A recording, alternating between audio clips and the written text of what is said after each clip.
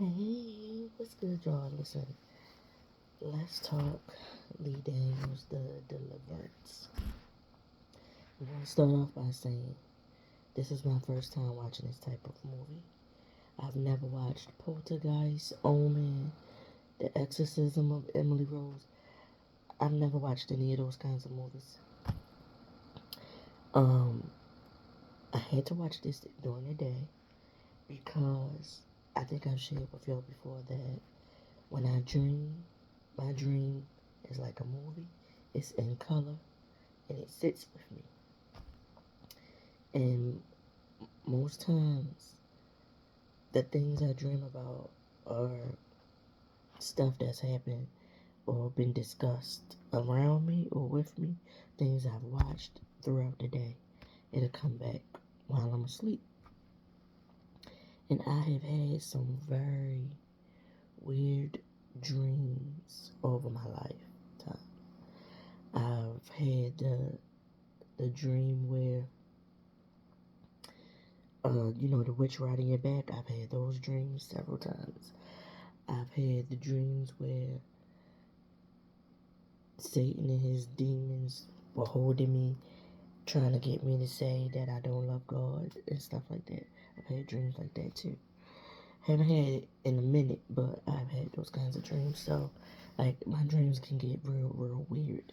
So I was like, I saw people talking about it. So I was like, let me watch it, but I gotta definitely watch it early in the day versus at night while it's dark out. So I watched it. And I will say, I can't say it for sure, but somebody who's watched those other types of movies that I mentioned, maybe this was just something similar to that. But he made sure to throw in there some issues. The issues of DFS or DCS or whatever, Department of Children's Services and stuff. How they don't listen to black women. How they stereotype you and again, don't listen. That issue was in there. Apparently the lady, Latoya Almonds, the real lady whose story was loosely used for this film. Apparently she was a black woman. Her mother was a black woman, but they used Andra Day and Glenn Close as the mom. So Andra Day was biracial. Glenn Close was given the typical the look that they gave her in the movie was given, especially with the wigs. White women that like black people, okay? But them two had some issues. So basically, they really delved into generational curses and like issues and stuff, like the mother and the daughter not getting along. From what I gather from the movie, it seems as though her name was Ebony Jackson in this movie. I feel like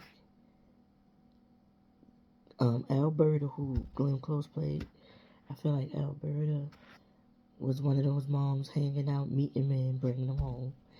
And one of those men did some things to Ebony. They never spoke on it or whatever, but the fact that she was very apprehensive about going in the basement and stuff like that in her own home, I believe something bad happened to her in a basement at some point in her childhood. So them two didn't get along. She felt like she was abused and not taken care of by her mom or allowed to be abused because her mom wasn't doing her due diligence. But the mom has found God, gone to rehab, and she's better with her grandchildren than she was with Ebony. Ebony got 3 kids: a daughter named Shantae, a son named Nate, a son named Andre. Andre is the youngest son. To me, it looked like Nate was the eldest and Shantae was in the middle. That apparently their father had left and he was in the military. He was gone on a tour of duty or whatever with the military. She scraped some money together. They found this house. They moved in. We find out, basically, the house is possessed. There's a demon in there. The first weird thing I noticed is Andre at night. The night that he woke up, and he was not really asleep. He was like sleepwalking. He went to the refrigerator. He drinking the milk, but he getting some. But most of it is spilling down his body onto the floor. And then you saw like a bird hit the window and die. And he go out the door, go to the trap door for the basement, and we just see him looking at that dead bird. I'm like, what is this? So the movie goes on. Andre start doing weird stuff or whatever. We get introduced to the social service worker assigned to Ebony and her kids. Apparently, the husband called social service on her or whatever at some point, and that's why they got this case. She come over, the kids got bruises and stuff like that, but they making up excuses as to where these bruises came from. Whole time, I'm guessing the spirits, the demons, the demonic spirits had been doing stuff to them, and then when they come to, they don't realize what happened. They just see the marks and they don't remember anything. So anywho, Alberta has cancer. She's going to get her chemo treatments and stuff like that. Omar Epps is here as one of the nurses at the chemo clinic or something like that. They flirt with each other. He likes her. They have a party at the house for Shantae. Her birthday comes. Ebony gives her a house party. They had Miss Lawrence playing Miss Lawrence. And something happens during the night of the house party. Weird with the demons. I believe the kids was in their room. Something weird happened. Ebony heard knock and she go in their room. And then you hear the kids scream, Alberta. And Alberta comes. She opens the door. The three kids are on one side of the room against the wall shivering. And Ebony is on the other side looking crazy, spaced out, shivering too, not realizing what happened. I'm guessing the demon overtook them and then overtook Ebony when she came in the room as well. So anyway, Monique's character, I don't remember her name, but she is the social worker. She, first of all, her and Ebony have a conversation because Ebony is like, I love my kids. I wouldn't hurt them, but you don't know nothing about me. You just judging me. And you probably ain't even got no damn kids. And that's when we get Monique's story. She had a son named Julian. She turned her head for 2 minutes, and her baby got hit by a car and died when he was little. So, yes, she does have a kid. She does have a story or whatever. So she's giving them a chance to get the stuff together in house because we find out she can't afford to move anywhere else because she behind on a lot of bills too. And it's because she been paying for Alberta's cancer treatments. We see Alberta at the clinic, and when she goes to leave, the nurse tells her, and then the person that's playing the outtake like nurse slash receptionist is the elder mother of a Ruthless. Yeah, Arnie. Yeah, Arnie, child. Yeah, Arnie. That was how she said, "Are you horny?"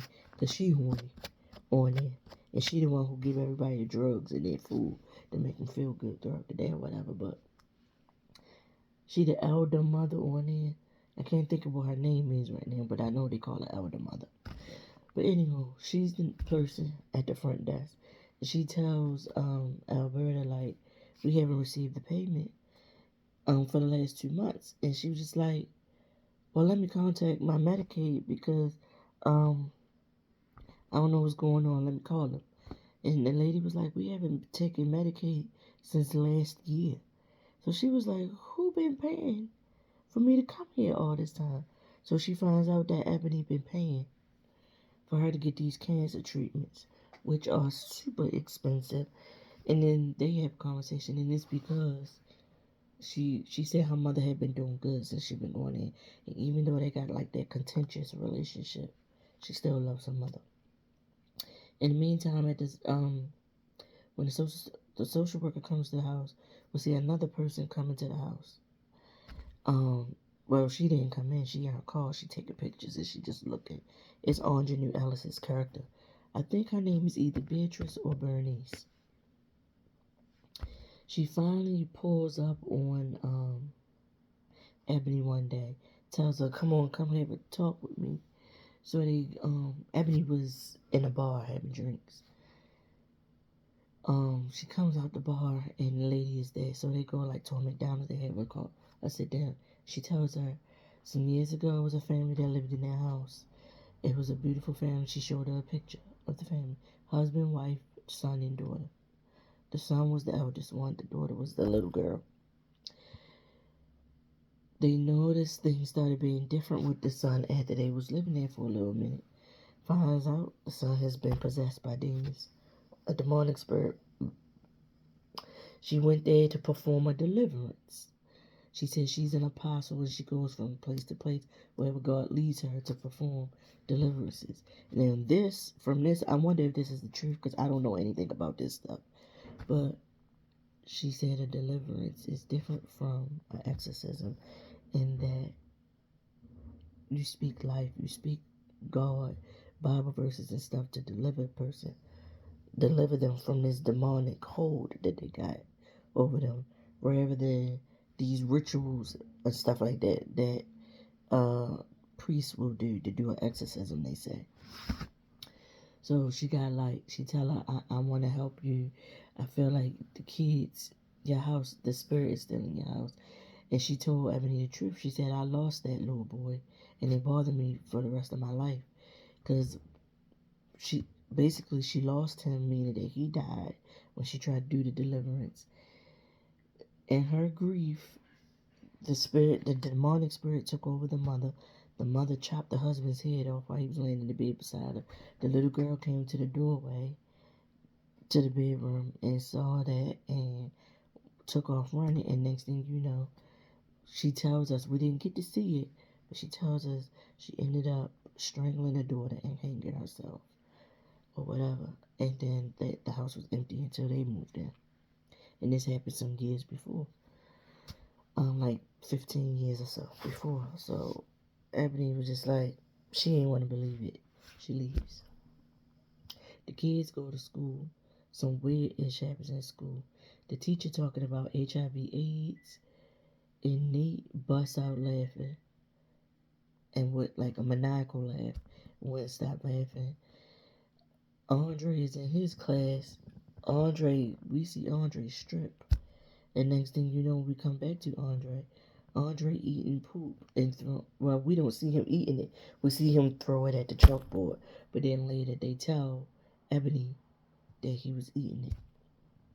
And then Shantae is in like a choir practice. And once it's over, she got blood on her. So they think that she started her period. But maybe it was something else. So in reality, in real life, the eldest child of Latoya was her daughter. Her daughter was the oldest. She said her daughter would levitate off the bed. And at the end of this movie, the kids end up being taken. Because what happens is, that happens at the school. They put Ebony in a psych ward for a few days. They think she making this stuff up. She gets out of the psych ward. They go back home. Or whatever. They got the kids and after a while, for some reason, the kids get taken. I know why. Ebony is out.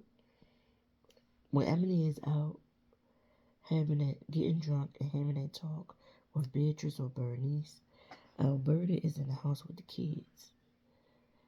And we see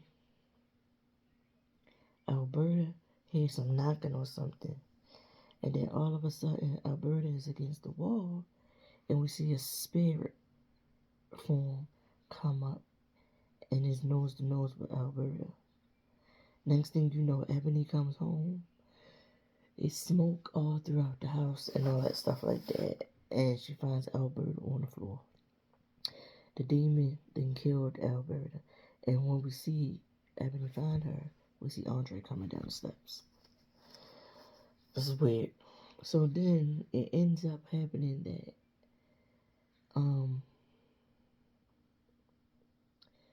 the kids Andre end up in a hospital strapped down to the bed.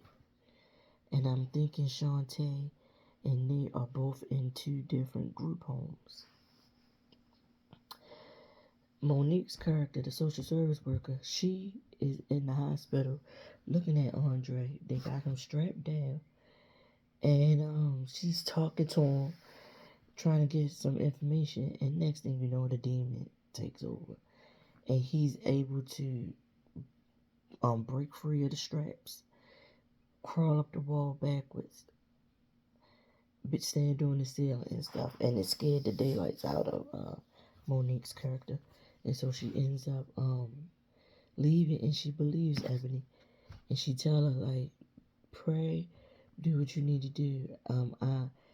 I saw it with my own eyes. There's something going on. Get them tested for everything. Because Ebony did try to take them to a lady after the stuff happened at the school.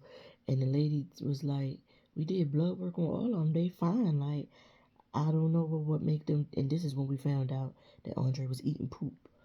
But she was like, they fine. The test came back all clear. Like, there's nothing wrong with them.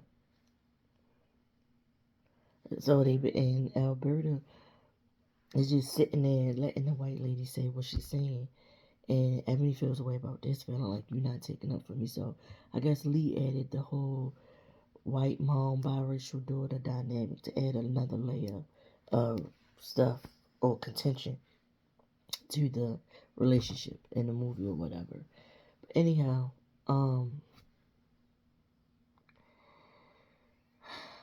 after Ebony,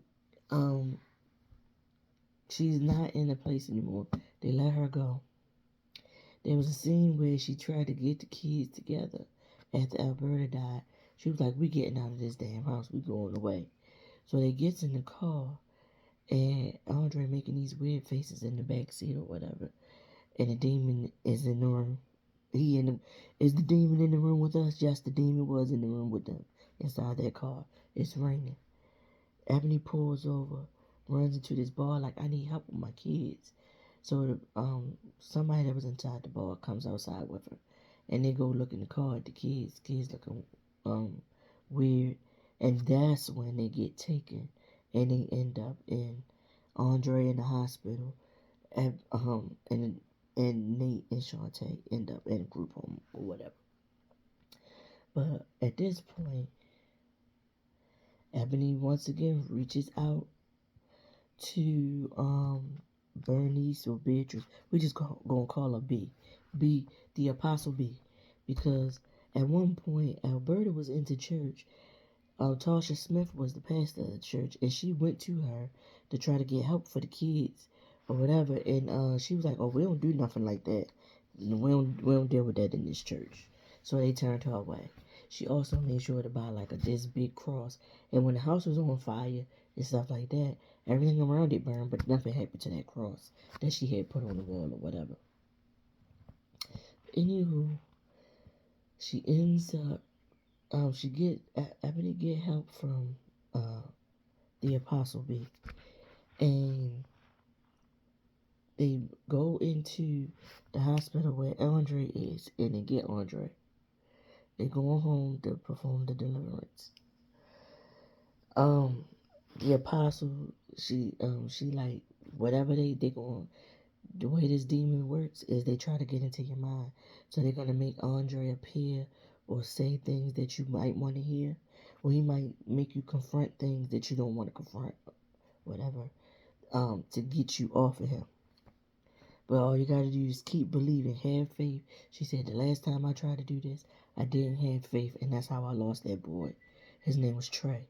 And Andre been talking to Trey. When she caught him talking, looking like he talking to himself, he was talking to Trey. So it's Trey's spirit. Trey wants them to kill them. He wants all of them dead, right? So, what ends up happening is she said we're gonna speak life and all this and that, but just don't fall victim. You can't show fear. You gotta be brave. You gotta believe in the Lord with all your might. So she got her holy water. So she throw it on Andre. She say some stuff. She say a few things, and that's when the demon starts to come out. And the demon comes out in the form of Alberta with razor sharp teeth. And that's when we get this crazy line. I feel like I can smell your nappy pussy. I feel like that was the equivalent to Tyler Perry throwing in that church scene in that Divorce in the Black. It was like the thing to get everybody talking. And make everybody want to come see the movie or whatever. Because this got released on Netflix and it went into some theaters too. So anywho, the demon starts to whip the apostle's tail. Throw her against the wall and everything. Drag her by her hair, whipping her tail. She on the floor, she laid out. Ebony comes up to her. She told Ebony, I'm not going to survive this. I showed a little bit of fear. And it's not going to work. Take this and remember what I told you. Go do what you need to do. Ebony ends up down that basement, face to face with that demon. And the demon turns to Ebony, becomes Ebony. And the evil Ebony, and says all these things about how she a terrible mother and all that kind of stuff, and that she gonna kill her, kill all of them and everything. Ebony got her faith. She calls out Jesus. She says Jesus like 3 or 4 times. The demon knocks her against the wall, has her fall on her back, drags her by her hair a little, and then steps on her throat trying to kill her. But it's already too late. She done called on the name Jesus. And got like a little strength, power in that moment. So she ends up getting up and defeating the demon. Next thing you know, we see Andre there on the floor, laying in front of the hole in the basement, which is the portal to hell. She get Andre up. The apostle is upstairs dead. The next day, I don't know how many days it's been, but they making us think it's like the next day or whatever, right? So Ebony is clearly been beaten and bruised. Her eyes swollen shut. She limping. She got cuts on her lip. The social worker is there. It's like, Ebony, I'm proud of you, basically, and I'm gonna put in a good word for you and everything to help you get your kids back or whatever. And Ebony said thank you. And then we see it's like 6 months later. Ebony left that house and moved. They was on the road on their way to Philadelphia. But I don't know. The way they was looking in their car is giving the demon is still around somewhere. I don't know. The way they was looking in the car, I think that the demon is still around somewhere, whatever. But this was filmed and supposedly took place in Pittsburgh, Pennsylvania, and the characters moved to Philly after the fact. But in reality, I believe the house that this actually happened in was in Gary, Indiana. And Latoya and her family moved from there to Indianapolis, I believe, or something like that. And then after I finished watching it and going down the rabbit hole a little bit, I found out that the real life child that it happened to, his name was Armani, Armani. Her son, he died in real life when he was like 16, 17. It doesn't give a cause of death when you look it up, but he actually did die, and he was the one that was possessed by the demon. But y'all let me know what y'all thought of the movie. Do y'all have dreams like I have dreams? Thankfully, I watched it and I was able to go to bed and not have it in my dreams like that. I'm very thankful for that, because that is some creepy, scary stuff to have in your dreams. But I wish y'all a beautiful day. If y'all watched it, tell me in the comments what y'all thought of the movie. I'll give it 4.5 out of 5 stars. I feel like they dealt with a lot of different issues, poverty, the the social service system, and stuff like that, and then judgment of folks, how they judge black women when they bring their kids to the doctors, and how they aren't listened to or believed, and all that kind of stuff like that. So, and they dealt with bullying too, because at the beginning, Nate was being bullied, and it was he came home bleeding, and Ebony went out there and beat up the bully, and that's a black mama for you. They'll go beat, if they a fighter, they'll go beat a kid up for their kid or whatever. But yeah, I hope y'all enjoyed this, and I'll see y'all next time. Peace.